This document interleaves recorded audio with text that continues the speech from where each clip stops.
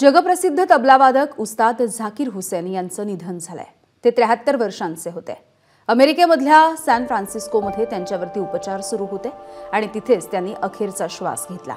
1988 मध्ये पद्मश्री, 2002 मध्ये पद्मभूषण आणि 2023 मध्ये पद्मविभूषण या पुरस्कारांनी त्यांना सन्मानित करण्यात आलं होतं। झाकीर हुसेन यांना 3 वेळा ग्रॅमी पुरस्कार सुद्धा प्रदान करण्यात आला होता।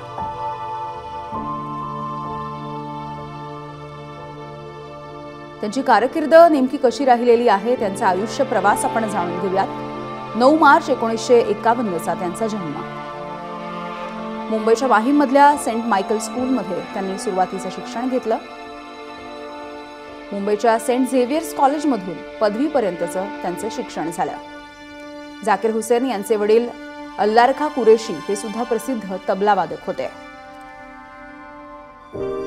वयाच्या अवघ्या 11व्या वर्षी अमेरिकेमध्ये त्यांची पहिली कॉन्सर्ट झाली।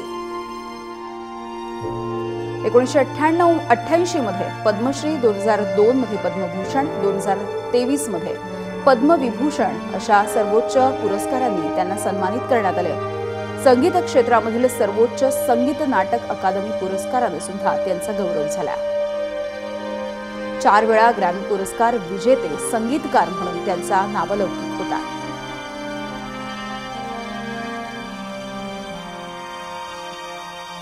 त्यामुळे ज्या बोटांनी तबला बोलका झाला होता, ती बोट, ती जादुई बोट आता थांबलेली आहेत। एबीपी माझा, उघडा डोळे बघा नीट।